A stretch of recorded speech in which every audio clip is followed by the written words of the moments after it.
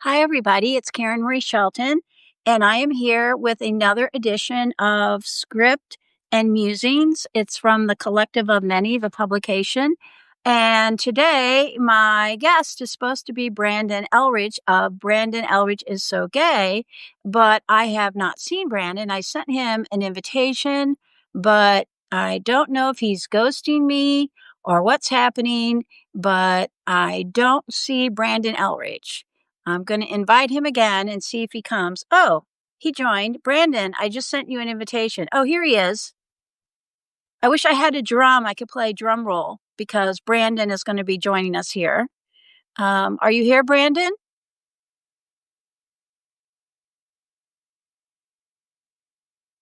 Well, I guess he'll be joining us. Anyway, the purpose of today for this new, he disappeared. I don't know where he went. So let me try to add him again. Brandon, where are you? Brandon Ellrich. I did tell him that clothing was optional.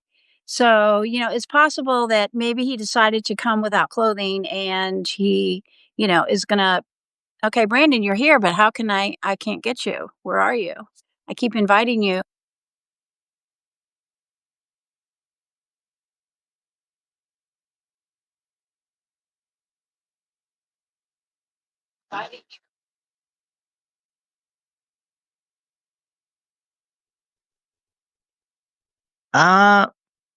Oh, hold on. I can't. Let's see. For some reason, why am I muted?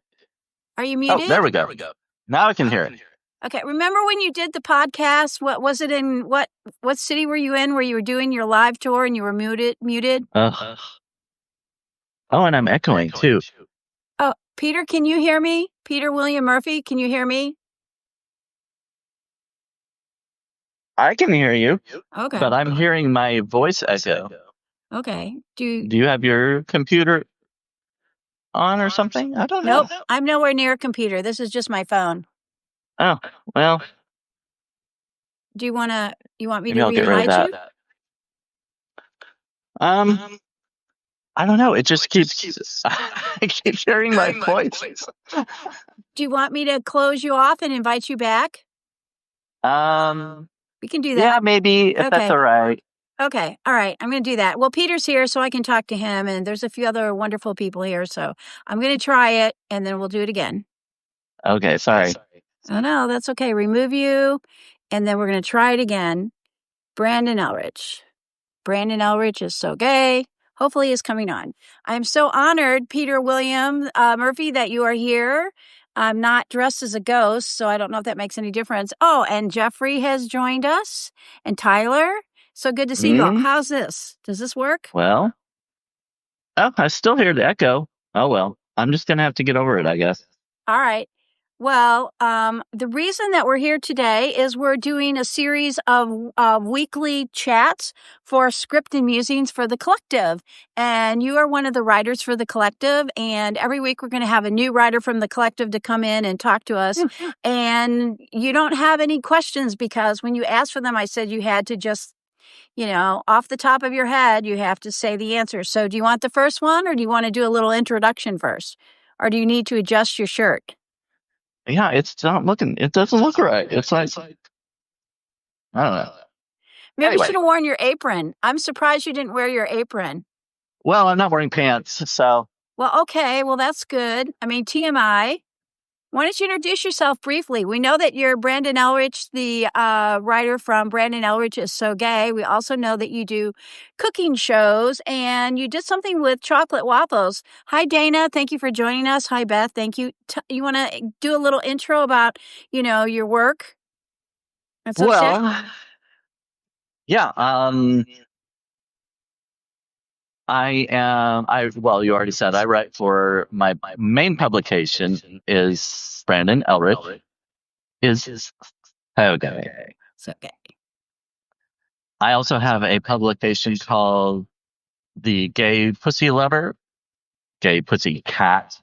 Yes, we get that. Okay. Yeah. And I write mainly satire, humor. Sometimes I write some more serious stuff about the queer community, but I always throw a little sarcasm in there or Yes, of something. course, you would have to. I mean, we would I miss if just you didn't. Yeah, and I can't help it. you also are featured on the Collective every day. Your stories are featured on the Collective, and you've been doing a series of lives with Wendy, right? Wendy the Druid. Yeah, You want to talk? actually, I just got off one.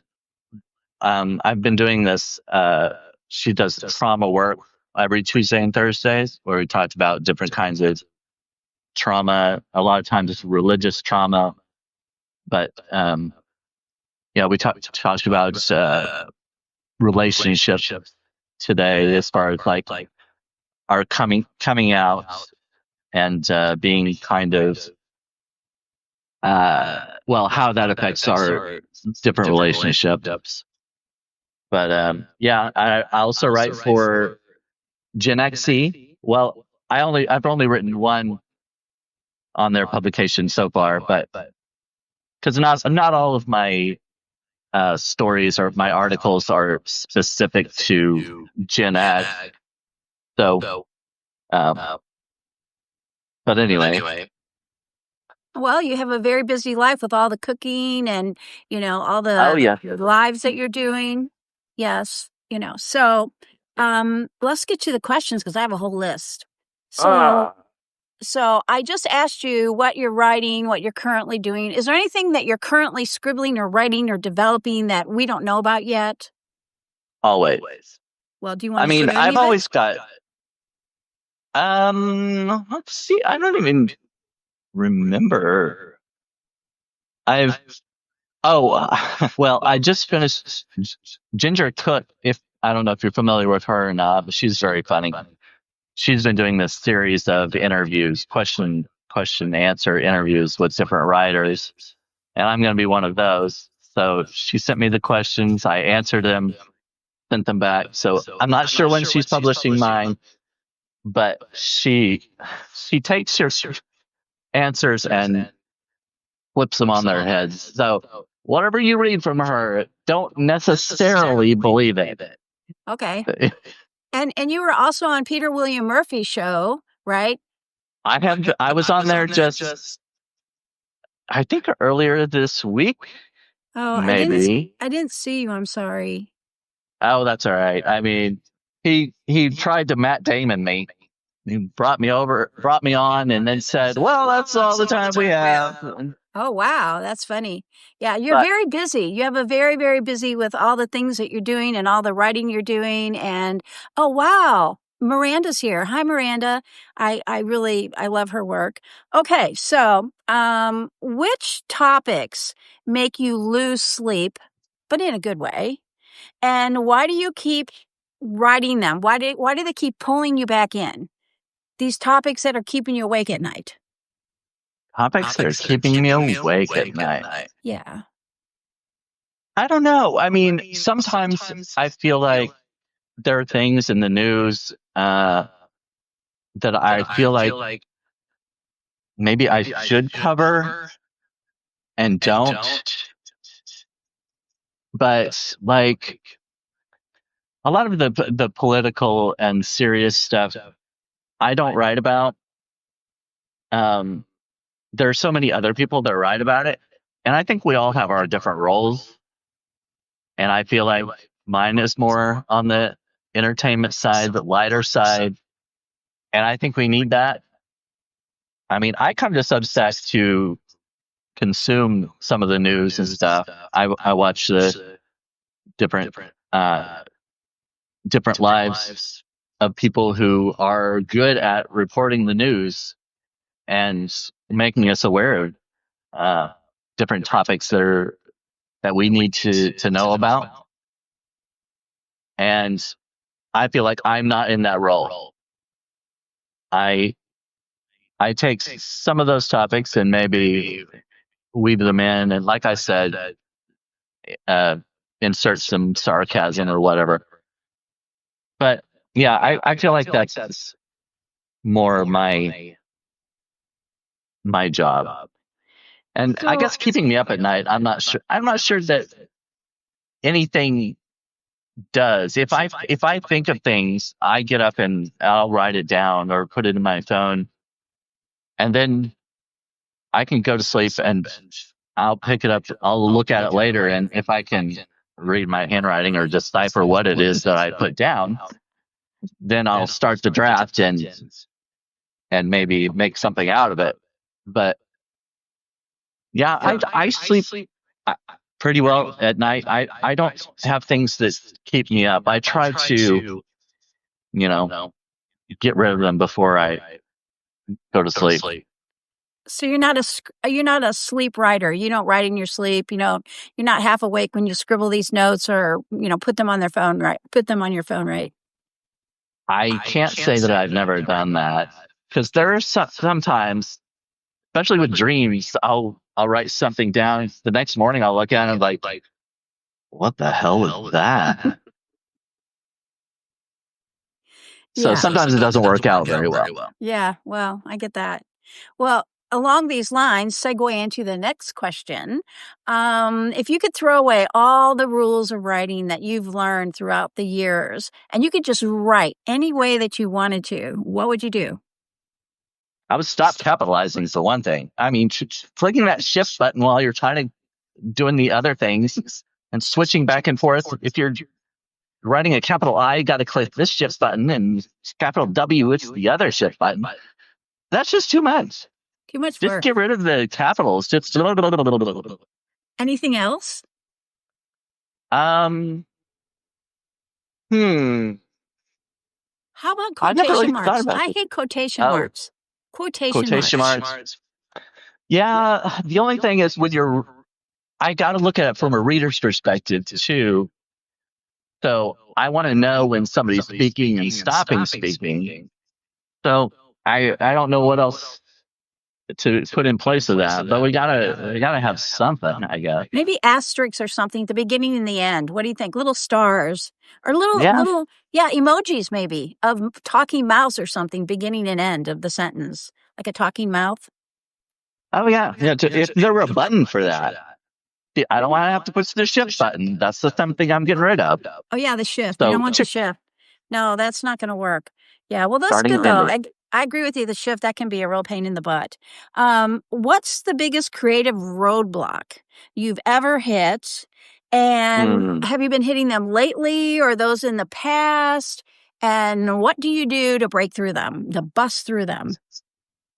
Well, I mean, writer's block, I guess, is what you're really talking about, probably. Roadblocks, writer's block. Yes, a nice way of saying Um, writer's block. Yeah.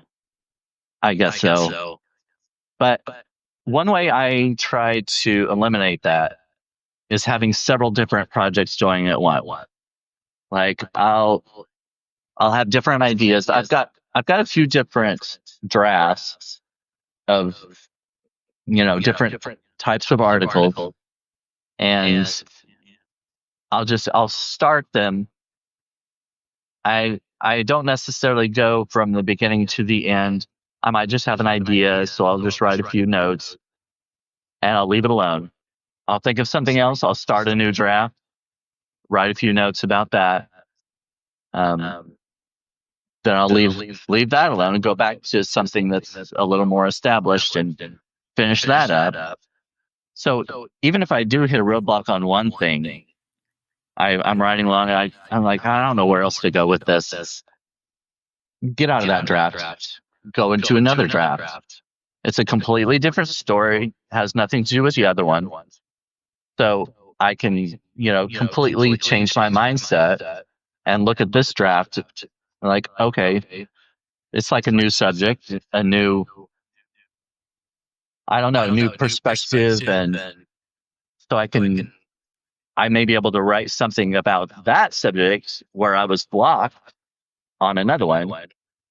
So my advice to any writers is have several drafts going at once. If you're so focused on one thing, that can really, it can give you tunnel vision and not allow you to see outside the box. So if you're so focused, it's like I need to get this done. I don't know what to write next. leave it. Get out of that and go. And some people go for, one of the biggest um, pieces of advice that writers give is go for a walk. Yeah. And that works for some people and not for everybody. But you could do that. But just moving to a different draft may have the same effect because you're looking at a different perspective. You're thinking of a different story. You know what I mean? Does that make sense? It does. Perfect. In fact, I was wondering, how you did that wonderful, what was it? You did a live recently where you were showcasing one of your beauty routines. It was a mask. Yes. What was it? The peach sugar scrub. The peach. Yeah.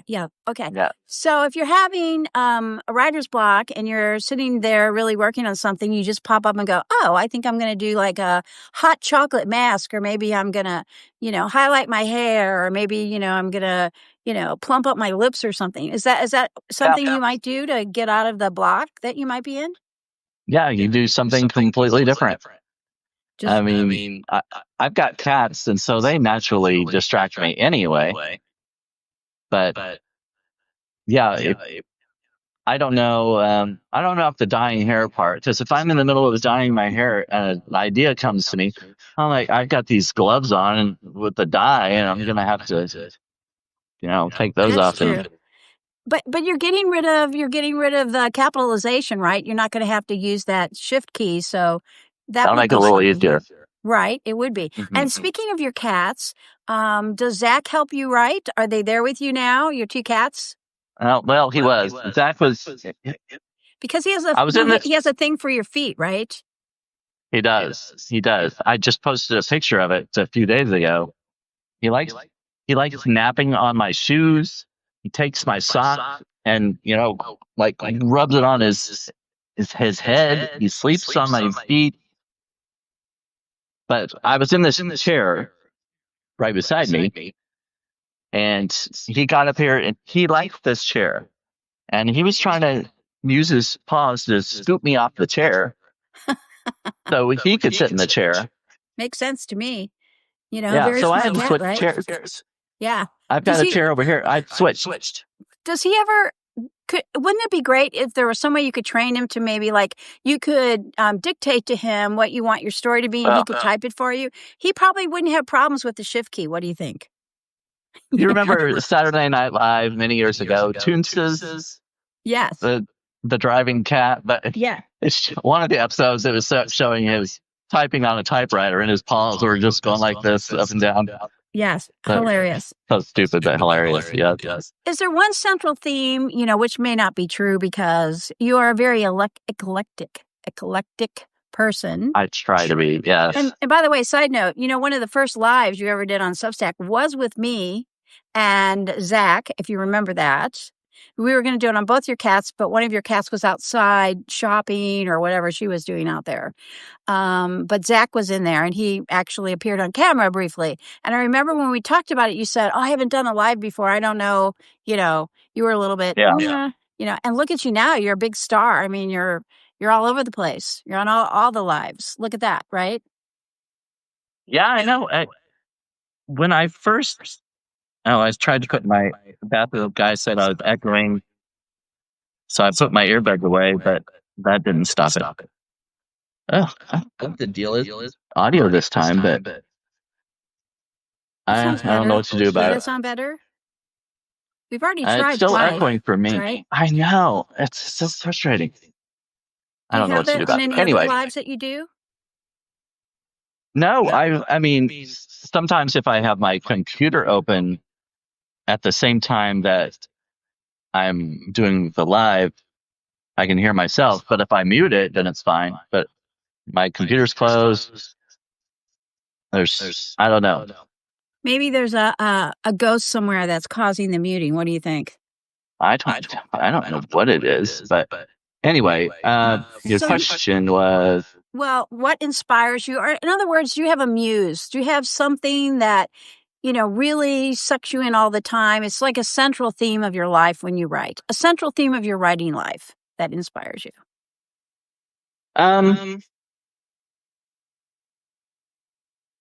I don't really like. Lawrence Winterman talked about having an actual muse, but I don't feel like. No, not. I don't. I don't personify a muse necessarily. Bathrobe guy, Robe said, mute and unmute your phone. Mute it and then unmute it and see if that makes a difference. Hello? Nope. Hey, nope. Nope. That doesn't work. No, I muted and unmuted. It didn't do anything. I don't know what to do about that. Sorry, Robes, we tried. Yeah, I don't know what the deal was. But Wait, no, you're I talking don't about have. Lawrence and his muse. Yeah, I don't have a personified kind of muse. Oh, wow. Echo's really good there. Wow. I'm trying to look.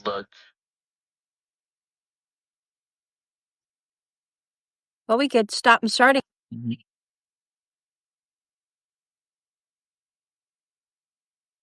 I don't know. I don't have a computer anywhere near me, so I am innocent of all charges. Yeah, I am trying to look on mine, but We need a sound no, it's engineer in the still background who echoing. can fix it, right? I wonder if that's something just some kind of setting on my phone, but I don't know.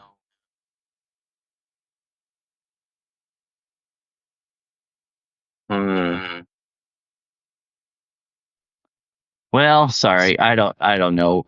I don't know what to do about it. So, do you want to keep going, or do you want me to take you out and bring you back in, or what do you want to do? You want to just keep on, or what? It's up to you, Brandon. I mean, I guess I'm getting used to it. I'm trying to ignore my my voice. Now that you said that, it's worse. Oh my gosh, it is okay. Well, do you want to exit? Yeah, because I have more Oh, questions for you. Are you yeah, you up for it? can pick me off and bring me back on. See what happens. Okay. All right. Ugh. Hang on. Okay.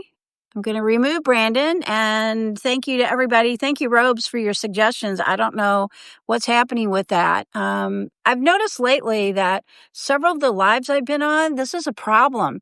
So I don't know if it's something to do with Substack. I don't know if it's something to do with bad communications. Where I live, we have terrible internet. So I have to always make sure I move around in the house to find the best room. Here he's coming back. Let's see how he does. Hello. Hello. Is it still there? Yes, I heard myself. Well, say hello. Oh my God. Well, do you want to just cut this short or do you want to keep going? Because I have more questions. Keep going. All right. Okay. So, is there a particular piece or story or something that you've written in your life that you go back and you look at it or you think about it and you go, oh my gosh, oh my God, that was the worst story I've ever written, something on Medium, because we know that you're also famous on Medium. That's where I met you. You're famous on Medium. And of course, now you're famous on Substack with all your lives and everything and all the places, the different pubs you're writing for on Medium. But, and on Substack, Oh, now I can hear myself echoing. I know. I noticed that just now. I know it wasn't echoing before. I wonder if there's a ghost in Substack in the lives. The ghost of the Substack live. I wonder if that's a thing. Robes, is that a thing that we need to worry about? Well, I don't hear you echoing now, but I hear myself. Okay, I just don't know. It's really crazy. And I wonder if it comes out when you do the replay. I don't know. Oh, no. Yeah, I muted it on my earbud and it still didn't do anything. Yeah, I don't use earbuds because I would always have an echo. Well, I use earbuds all the time, on mine, but oh, see, it's still. I turned off the Bluetooth, and it's still echoing. Well, it must be you then, right? It must be on your end. I don't know because you can hear the echo too. So maybe. Well, I mean, it's just me, so Okay. Okay. Well, so I don't know. do you have a piece that's floating out there in the written universe that you feel bad about?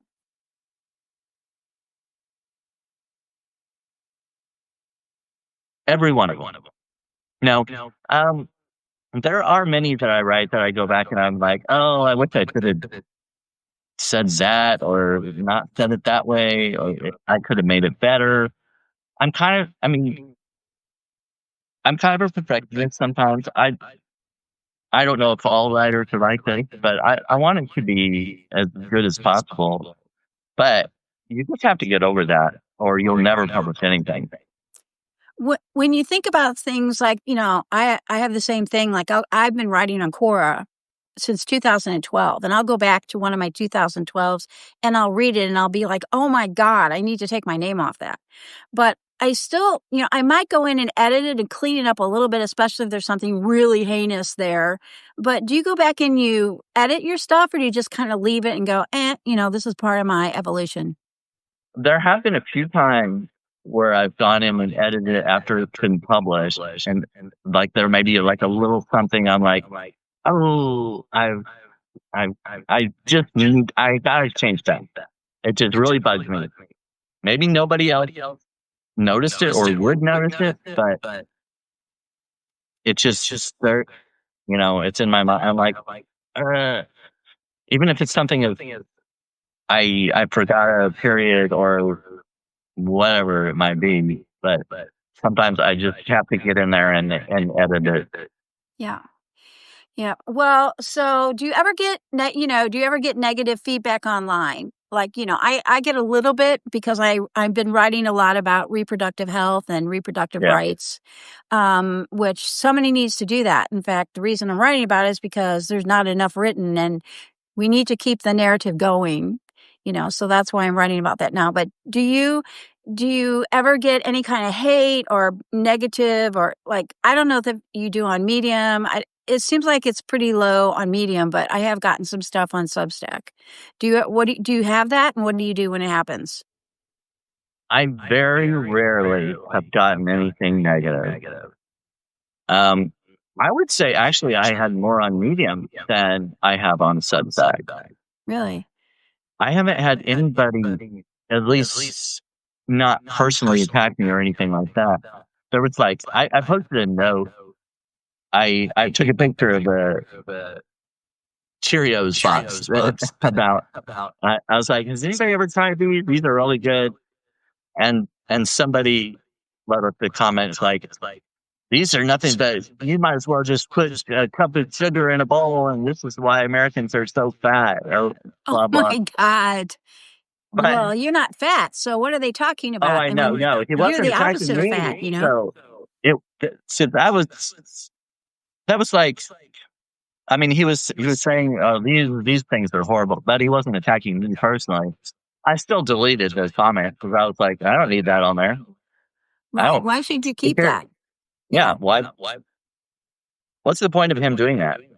Yes, but I don't it's know. just basically trolls, right? Just being assholes, I or think what? so. Yeah. I mean, when somebody is so miserable, they want to make everybody else miserable too.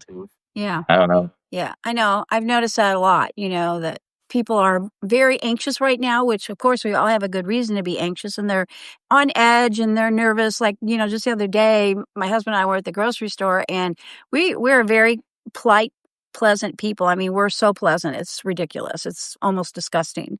And, my husband said to the person helping us check out, I hope you're having a lovely day. And she just went off. Like, why were you asking me that? And, are you a stalker? And it was weird. It's like, what? I think people are just on edge right now. A lot of people are on edge. So if they don't have any way to express that, maybe they'll put it in comments. I mean, that's what trolls do, right? Yeah, pretty much. I mean, I like I said, I haven't gotten much many negative comments, but when I do, I mean, it does bother me a little bit. I think it's hard not to let it bother you, Yeah. but I usually don't. I try not to respond. I just, just let it go, delete the comment or Move on. Try. move on. Yeah. There was one, like when I recorded an audio podcast a couple weeks ago. We were talking about, I was talking with my friend Allie on the audio podcast. We were talking about God and death. She's as agnostic. Um, so some of the stuff we were saying, or what at least what she was saying, kind of contradicted some people's idea of what if homosexuality being a sin and the existence of God and that kind of thing. And there was one person who left a very long comment, but it was basically, I'll pray for you, and basically telling us in a nice way that we were wrong. It wasn't, I wouldn't say that it was negative toward us or, I don't,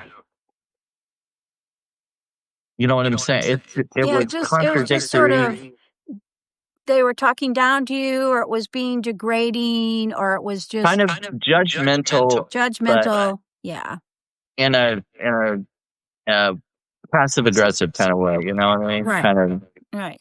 Sort of you like, know. why are you eating Cheerios? I mean, it's just going to make you fat, right? That's kind of a Yeah. insulting. Maybe it was somebody who has a lust for Cheerios and can't buy them where they live or something. Who knows? Or Yeah, maybe he's they just have that thing jealous. about Cheerios. In fact, you never know. Maybe somebody who loves peaches will be offended by your peach scrub. I think you should do more of those kind of things, though. I really love those do-it-yourself homemade scrubs and hair things. I've had every imaginable thing on my hair. In fact, you could do lives on different types of do-it-yourself hair conditioners and stuff. Like you could try coconut oil, or you could do, wouldn't that be Oh, fun? yeah. Yeah, I've got to. I have to think about what I'm going to do for the cooking or DIY lives because I want to get it all in within a half hour or whatever. Yeah. So I can't make a cheesecake because that No. most cheesecakes have to bake for about an hour, Yeah. and you're not going to see the end result. Unless Oh, you by do the way, too. Unless you have one ready to show. oh, In fact, Myra, did I say that right? I I, apologize. Myra said yes. Do-it-yourselves are amazing. I love do-it-yourselves. Yeah. oh, Myra also says your top is fierce, Brandon. Thank Yeah, it you, is fierce. It is fierce. thank Yes. you. I know. I've got Myra, I a told him that bracelet for clothing that. was optional. Oh, look at that. We should have had you do a little, a little reveal of Am I everything doing? everything you're wearing. We should have maybe done a reveal at the beginning, or you could do it at the end. You could do a little dance at the end. So more questions. If you had to pick one line from any work that you've written that you feel defines you, what would it be? Oh, That's a hard one. yeah. I don't. You know, a lot of times when I write my stories, I don't remember a lot of what I write. Mhm. Once I'm done with it, it's kind of like I put it out there. It's out of my mind. I don't have to think about it anymore. It's done. I might go back and reread it later, but I don't know if there's a line. I can't think of a line that defines me. I think I'm pretty good at closers. Like You are I good at like closing. You are very when good at I closing. get to the end of an article, I'll write something that's like boom, it's done. Like that's kind of like a significant like it could be a joke, something funny at the end, or something that really makes you think. Or if it's like I wrote a piece about my boyfriend dying, and at the end, basically, I just said, "Well, we all move on somehow," and it was sad, but it's kind of significant too. It's like death is you can't do anything about it, and you move on. Part of human existence. Yeah, Wow, but that's still but a very good line that you left. That's a very good one. That would be a good definition. And you've really done a lot to move on from that experience. I know it was a very sad time for you, and you've talked about it, I've read about it, yeah. and I'm really sorry for your loss, but you've done a really good job of basically bringing that in through different stories you've told. You've done a very good job of integrating it through your writing, don't you think? Yeah, I think so. Little tidbits? Yeah, there are different things about my life that I may not write an entire article about that subject or whatever, but it is like sprinkled throughout different articles. Wow. Well, that was really very thought provoking. Okay. So when you're not typing madly away, or you're not doing the cat type, or, you're dyeing your hair and you've got the gloves on, or you're not doing any of that crazy stuff, what other passions do you have in your life besides, we know about your cats? We know about Zoe and Zach, and we know, that you enjoy writing, and doing cooking and face mask and do it yourself. What other passions do you have that maybe we don't know about? I love gardening, flower gardening. Oh, I didn't know that. Yeah, I I know a decent amount about different flowers, and um, yeah, I like to kind of do a little landscaping. Um, I enjoy tennis and pickleball. I didn't know that. Yeah, I Wow. haven't played for a while. I mean, you have to have somebody to play with. Right. So And Zach's probably not very good at pickleball, right? no, he would run away from the pickleball. Yeah, He doesn't have a good attention span. no, doesn't have. I mean, actually, he has good paw-eye coordination, I guess. But Paw eye. right. Yes. So pickleball, I would never have guessed that. And tennis and gardening and flowers and, Uh-huh. do you grow things that you eat or incorporate into your cooking? I don't grow much here because my parents always have a big garden, and so they end up giving a bunch of stuff away. So I get stuff from them. But I had when I made that peach sugar scrub and peach butter and a couple other peach recipes. Right. I got a bunch of those peaches from my parents because they had a bunch of peach trees and a Yeah. bunch of extra peaches. So Wow. I got a few of those, I bet they were and I delicious. do have where I live now. There are a few apple trees. So the last recipe I made was brown sugar apple cookies. I did Those look those last delicious. Yeah. Saturday, Yeah, those look and delicious. I'm planning on doing. I think tomorrow I'll probably do another baking video. And it's going to be another apple day. Oh, those are fun. I love those. Do your parents grow rhubarb? No, we never had rhubarb growing up. Mm. Because growing up in St. Louis, well, my grandparents, my mother's parents, had a very large farm in northeastern, kind of near Columbia, not far from Columbia, Missouri. You know where that is.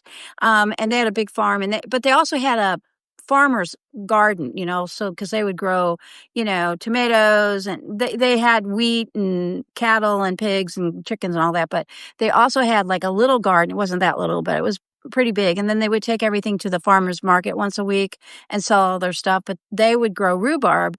And my whole family loves it. And it's just impossible to get. It's poisonous if you're not careful, but you're not supposed to eat the leaves, but you can. Yeah, it's really delicious.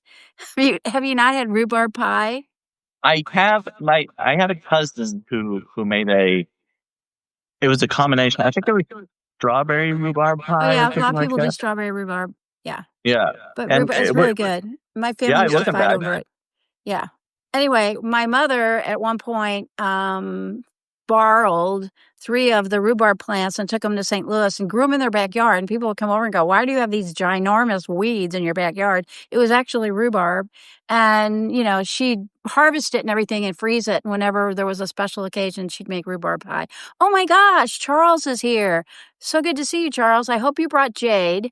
I need to see him one of these days. I'm really missing Jade. Are you familiar with Jade? Brandon? I don't think so. Yeah, you'll have to check it out. I have to tell you about him. Okay, so I don't want to get off track because I have these questions that I have to ask you. It's very important, and nobody's allowed to prepare. Oh, he's on a mission. Jay's on a mission. Okay. What's the one thing or a couple things that you would like people to understand about what readers don't understand about what writers go through, what their writer's journey is, what being on the writer, the content hamster wheel, what it's like to be a writer, and things that most people who don't write all the time would really understand. Well, I think I'm going to mention specifically about humor writing Oh, because that's difficult, oh my and I God. don't know if people really realize how difficult it is. I mean, I can think of an idea that I think is funny. Humor is very subjective, so even if I think it's hilarious, it may fall flat. Mm-hmm. And when you're writing a humor article, sometimes it's kind of hard to find a bunch of lines that keep it going, like keep it like punchy. You don't want Jokes your per readers minute. to get bored. Jokes per minute. Yeah, right, The beats. right, You want the beats. right. And not everybody writes that way either. Like I wrote or I've read a humor writer on Medium. I think his name is Daniel Williams. He writes more long form content, but it's very funny. And I usually don't read stuff that's like 8 or 9 minutes long. But when I'm reading some of his stuff, I'll read the whole thing because of how funny it is. And he doesn't have like joke every line or everything, but it's more stories that by the time you get to one section of it, the punchline or whatever, it makes it worth reading. You know what I mean? Yes, I really love your humor, and of course, I'm a huge fan of Claire Frankie. Yes. I have never read a story from her on Medium because she's not on Substack. Well, she haunts Substack, but she doesn't really write here. She might be haunting us. No, you never know. But she's on Medium, and whenever I'm in a bad mood or I'm just having a terrible day, like the checker who yelled at us, because my husband said, "I hope you're having a nice day." I will go read her stuff because it always puts me in a great mood because she writes so funny. And I kind of write like her, but she just does it so much better, and you're really funny. And of course, Robin is very funny. And there's a couple other really funny people there, but you're right. It's very subjective. And sometimes, I'll be laughing and my husband will read what I just read and he'll go, "I don't think it's that funny." But, he's an engineer and he has a stick up his butt. So of course, he's not going to think it's funny. And I'm laughing my ass off. So, but that's a really interesting thing that most people, wouldn't understand about the writer's life. And what about the author life hustle? What about the hustle to get words written and to get stuff published and to get stuff out there? Do you have any comments about That that? can be a difficult thing too, because on Substack I try to be consistent. I've been pretty good at doing it so far. I publish an article every Monday and Wednesday, and then I do live videos other times. But if I can't think of an idea, like right now, I don't have anything scheduled for next week, but I have a couple drafts so I might be able to get those together by the time the weekend is up. But yeah, that can be. I don't like working on deadlines. I'm not one of those people who works well under pressure. I like to have it scheduled out and be sure that I've got it done and I don't have to worry about it. But yeah, that's another difficult part. If I mean, you're putting those on the constraints on yourself because Substack isn't telling me I have to put it out at a certain time or whatever. But I've got paid subscribers, and I feel like I need to provide them with um, content that is worth what they're paying for. You know what I mean? Oh, yeah. Like, I mean, I've got to put this stuff out. If they're paying for my content and I want them to continue, I need to be consistently putting out quality stuff, and I work hard at doing that. But it can be a struggle sometimes. Can be grilling. Well, for 10 years, I was an assistant. I was an assistant to the editor-in-chief of a publication. It was a print publication that went out on newsstands, and there were very strict deadlines, so like when it had to go to press and everything. And she would call me up on a Monday and say, "Oh my God, one of the freelancers was supposed to write a story about,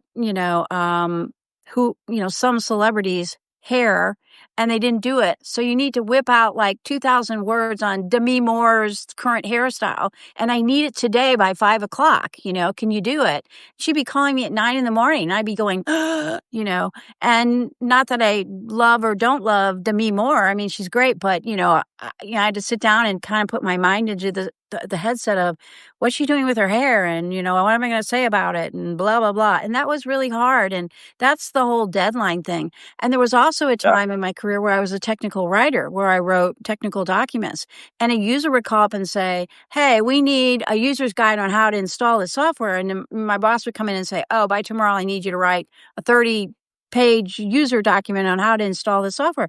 And I would almost pass out because that pressure is just grueling. But, it's a different kind of pressure when you have subscribers that are counting on you. And if you don't write, like on Medium, if you don't write, you don't get paid, So there's that pressure. And of course, because people forget and they're always scrolling, if you're not in the feed somewhere, they might start to forget about you, and they're not going to go, unless they love you dearly and they're wearing one of your peach scrubs or they're eating your peach cookies, they'll probably forget, "Oh, I should go see Brandon today." It's not common, it's like a rare. So there's that extra pressure. It's a different kind of pressure, right? And I don't think people understand that, that whole thing. Because that's it. Sorry. No, I was done. Go ahead. That another aspect of Substack that creates a little bit of pressure is note, because you want to be putting out notes to put yourself out there, like you were saying, remind people, like, here I am, remember me. And I don't always think of great notes to put out there, I'll put out a picture of my cat or a joke or something like that. I see all the time on notes, memes and GIFs. How do you say it? GIF? I don't know. GIF? Either. GIF. Whatever it is.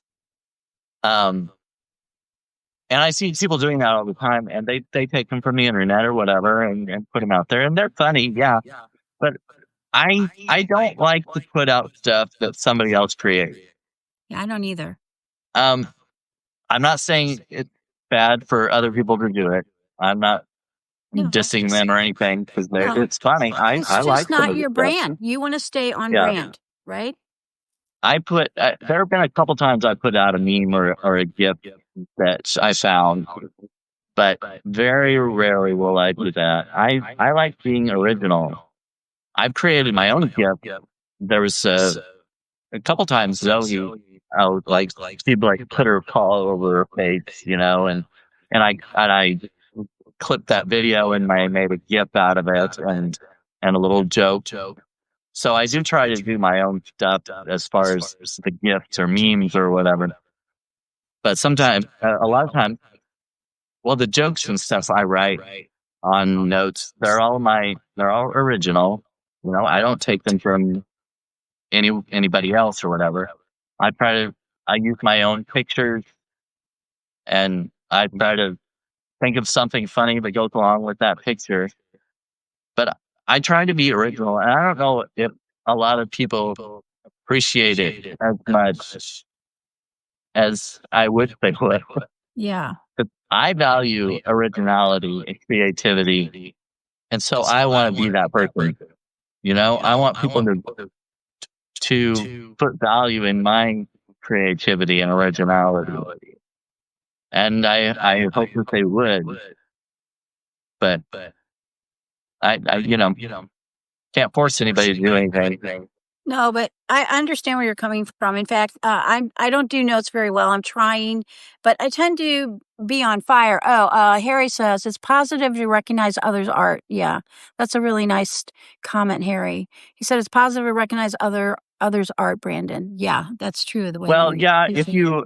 if somebody else creates something and you put it out there, the only thing is sometimes people put it out there without crediting anybody, and you Right, might that's think bad. Yeah, that they created it or whatever. yeah. And it's hard to tell, at least on notes, because there are no references or credits to any of the Captions. There's pictures no or anything. captions or credits or yeah. Whereas you Yeah, do so you with the don't long know. I form. mean, did that creator make that, or did they just pull it off the internet or something? Yeah. I don't know. I don't know. But it's interesting. I'm really well, it's because my hair's on fire. I'm on Medium and I'm on Substack, and I'm doing the Sazio thing now, and I'm on Blue Sky, and so every day, and I'm still on Quora, so I'm like every day, where am I? What day is it? Yeah, And one note that I I, did. Mhm. I don't see how you do that, because it's hard. It's hard for me to do that. I'm only on. Well, I'm on other platforms, but I can't spread myself that far. It's I've because I'm insane. That's why. I'm just insane. But I wanted to tell you that one day I did a note. I was in a note challenge, and they said, try to put something really bizarre and original. Well, there's a little gecko. I haven't seen the gecko in a while. I named the gecko Sunny. I haven't seen Sunny in a while because, of course, I'm not going to pick the gecko up to see if it's a male or female. I'm just not. But I get up every morning between 3 and 4 and start writing. That's what I do every day. And when I would come in and turn on the lights, the gecko would be there, and I would talk to it. And one day it stayed in place long enough for me to take a picture. And so I posted a picture of this little gecko and wrote a note about him or her, Sunny. And it got more views and more comments than any other note I've ever done. It's like, well, I can't exactly be out. There's a lot of snakes in Texas. Maybe what I need to be doing at 3 and 4 in the morning is going out taking pictures of snakes. I don't know. But I haven't figured notes out. You seem to do a very good job at it, though. I think your notes are very good. I try to. I'm not as consistent as some people, like the Mouthy Renegade Writer. He puts out tons of notes, And I don't know and how he does it. I have no idea how he does it. I think yeah. Mooch's dog is doing it for him. Don't you think Mooch is doing all those notes? I think that's what it is. Well, my cats do a little bit of it for me, because some of my most popular notes have been featuring my cats. Yes, that's true. Your cats are wonderful. Well, I have just 3 more questions, and then we're going to run out of time here. And I've really enjoyed this. I always enjoy doing lives with you. In fact, sometimes I want to do live with you just to talk to you because you're so interesting, and because we have a history. We did our first live together, sort of. Yes. Yes. I really enjoyed that one, by the way. That was so fun. Yes. What got you into writing? What began your writing journey? Well, I mean, in school, like I don't know how young I was when I first started enjoying writing. I've always enjoyed English, language arts, grammar. I was kind of a grammar Nazi, Ooh. But Oh. my 8th grade teacher, I remember, complimented me on my writing, and then my high school teacher was talking about my poetry and stories that I wrote. So really, it was the encouragement of my teacher when I was young that really started the writing journey. But yeah, I as far as professionally, I started a blog on WordPress in 2020 and wrote for a couple of years, and then went over to Medium, and then Substack. I just started technically in December, but I really started in January consistently. Well, you're doing a really good job. Really good job. Oh, Harry said that he started when his neighbor passed. That's very interesting, Harry. I would love to hear more about that. Okay, so who is your favorite writer?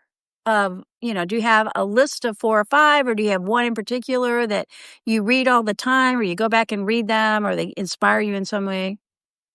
Now, are you talking about like authors or writers on Substack or Medium? Whatever it is, whatever you want to say, whether you want to be fancy and say, oh, I really love Stephen King because I'm really into horror, or you can say, I really love Peter William Murphy because he's on Substack and he's hilarious, or you can say Claire Frankie, or you could say Shakespeare. I don't care. Who is it? You can give a couple if you want.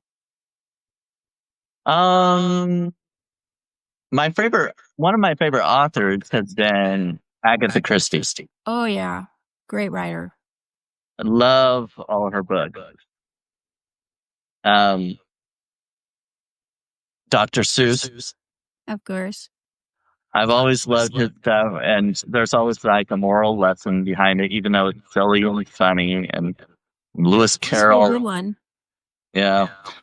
But as far as like on Medium and Substack, Robin Wilding is, she and I started the Medium Partner Program in the same month, actually.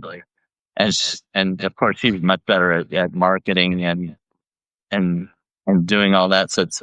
And at the time when I started Medium, I was not as confident in my ability. I was like, I don't know who's going to really read this. Oh my gosh, you're so good. I sent you a message when I became an editor on Medium. I sent you a private message. You probably thought I was wacko. I said, I just want you to know how much I love your writing. Do you remember that? Are you talking about, did you send it as you? Well, my spirit, Okay. And by the way, I've discovered that a lot of people write under pen names. In fact, Mouthy Renegade. And, I could probably name 10 people if I needed to right now who write under pen names on Medium. Yeah, I know a few too. And, the CEO encourages that. At the last Medium Day, he said, if you write with different genres, like you like to write about, murder mysteries, but you also like to write about politics, you probably want to have 2 different names, because if you're writing under the same name, it confuses your readers. Oh, Harry does. Harry said he does. Excellent, Harry. I have thought about doing that, actually. I've thought about doing that, doing an alternate name or whatever, and writing something a lot different.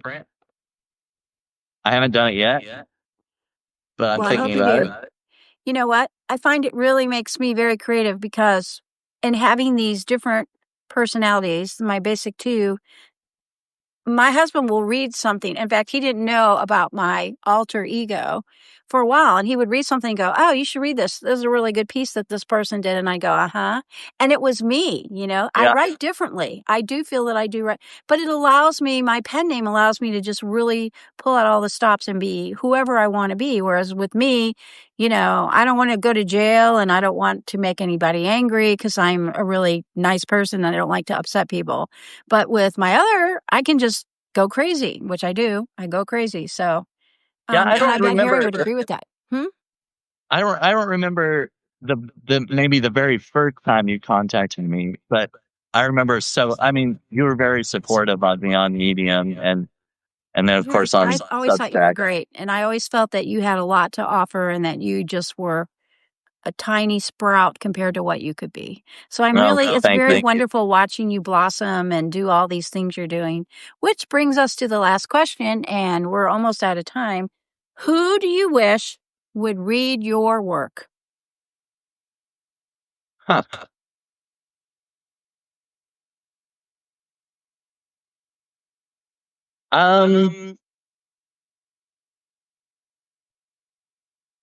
well, thinking kind of selfishly, I guess somebody famous that would like it and maybe, hey, look at this, people. This is this is great. Look at this, and then then I would blow up and I get discovered, and But is there a particular writer that you can think of that you would love that they read your work and they tweeted about it on X, or they did a blue sky, what do you call the blue sky things? oh, I don't know. Yeah. Okay. But is there somebody? Um, I as far as humor writers, I think David Sedaris is Oh very my funny. gosh, he's amazing. Yeah, that would be great. Yeah, he could be talking about you from the podium when he's doing one of his shows. And my good friend Brandon, Yeah, that would be great. That's a really good he's one. I like his humor. I like with sarcasm because I'm very sarcastic. I So love that. Yeah. And Harry said Brandon offers creativity. And Harry, one of these days I'm going to have to hook up with you, blah, blah, blah, blah, hook up with you, and do a live with you and find out, because you've talked about some really interesting concepts of the writer's lifestyle. And I'm going to go read some of Harry today. I know Harry from Medium.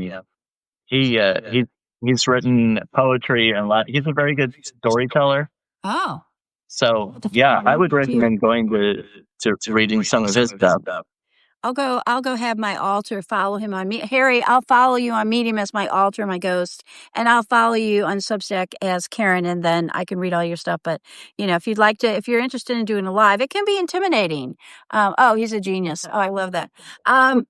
Doing lives can be intimidating. A lot of people don't like to do it. I've been trying to recruit some people for different lives, and they're just like, oh, I don't want to.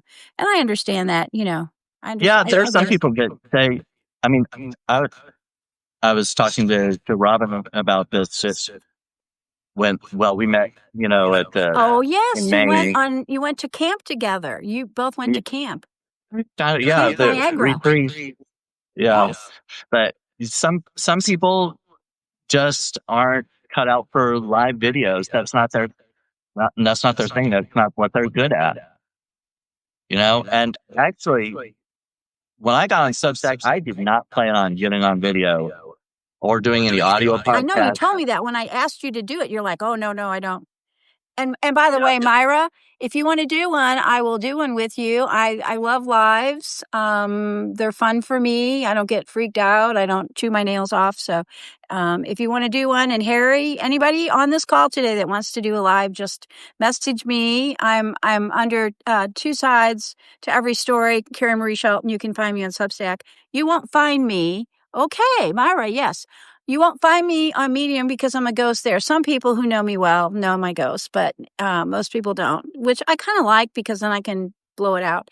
But I have one last dishy question. I mean, this is not on my list. I have an official list, from the collective. But this You're is going off script? You're going off script, Karen?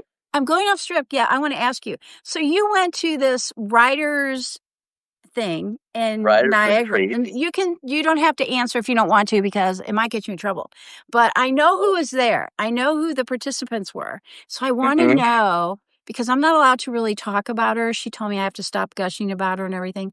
What is who like in real person, that person that you joined the writers on Medium with? Yeah. She was just like you what you think. I mean, I've seen her on Zoom all the time, so but meeting in person is a little different. Yeah. I wasn't surprised. You get the icks, right? Sometimes you'll get the icks when you meet a person live that you. Oh, yeah. You'll get the icks. No, she was just as I expected, basically. I mean, we got along great, and we talked very easily and casually, and she was fun. Yeah, it was. I had a great time. We had a great time together, and actually, Ben Yulansky, I didn't know him quite as well. Oh my gosh, you guys are the Olive Squad, the anti-Olive Squad. Well, we I did thought have you that in guys would college. have meetings every week to talk about how to take down olives. Really? Oh yeah, yeah. But I talked to him quite a bit and um, got to know him better, and yeah, that was a little more. I don't know. It was different than being on Zoom and seeing his writing and stuff, knowing him on a more personal level. It was Well, cool. I've got a secret for you. Once Sazio starts really kind of percolating, we're going to have writers' workshops here in Texas, in Dallas. And they'll be by invitation only. So, hey, you might get an invitation. Oh, Yeah, so keep that in mind. You can come and hang out, I and better start putting more stuff on there. yeah. Okay, so I want to tell Myra to thank her very much, and thank you for messaging me, and we will do it. Brandon will tell you I'm a woman of my word, and we can do one tomorrow if you want to. I am open. I'm easy. I just can't do it after certain times of the day, and if you want to do it 3 a.m. when I'm up writing, I'll do it then. And Harry would love to do something with you. Anybody else here? It's an open invitation. If you are wanting to do a live and you're a little bit nervous about it, Brandon will tell you I'm really easy to do a live with. Will you say that, Brandon?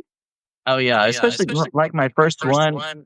I didn't know what we were going to do. You had all the questions lined up, and we were able to fill the entire time. We had fun. We were And laughing, and yeah, it went very smoothly. yeah, I was like, so, okay, any closing remarks? Because I'm supposed to keep this on a timeline. I could talk to you forever. In fact, we should schedule a live where we can just talk about. I have so many do-it-yourself recipes you would not believe. Because Oh yeah. my first website ever was hairboutique.com, and it's still live after 30 years. You can still go there. And I was the guinea pig. I did all kinds of beauty treatments on myself, and then I would write about them. I wrote them about for the magazine, which was called 101 Celebrity Hairstyles. And I would do a column once a month on do-it-yourself hair things. Like I put everything imaginable on my hair, beets, bananas, you name it. Okay, stay entangled from Robes. Love you, Robes. Thanks for being here. So, we should do a live on just that so we can just hang out and chat. But is there anything you want to say at the end? Oh, Yolanda, we're getting ready to end. I would love to do a live with Yolanda, too. Did I say it right, Yolanda? Okay, any last closing words, Brandon? Go to my publication and subscribe to me. I am a Brandon poor Ellrich is freelance so gay. writer. So a paid subscription would be absolutely phenomenal. I celebrate every time I get a paid subscriber. It's so great. Okay. Did you enjoy your time here today? I did. It was not as scary as I was imagining. I wasn't God. sure what the questions were going to be. I'm not a scary person. I really am kind of cream puffy, kind of cream puffy. Thank you, Harry. Yes, thank you, Harry. Yeah, thank you for being here. Okay, well, I'm going to pull the plug if you're ready to go. Thank you to everybody who joined us today, and thank you for all the comments in the chat. Thank you very much to the collective for arranging this weekly chat. Thank you. Yolanda loves your shirt.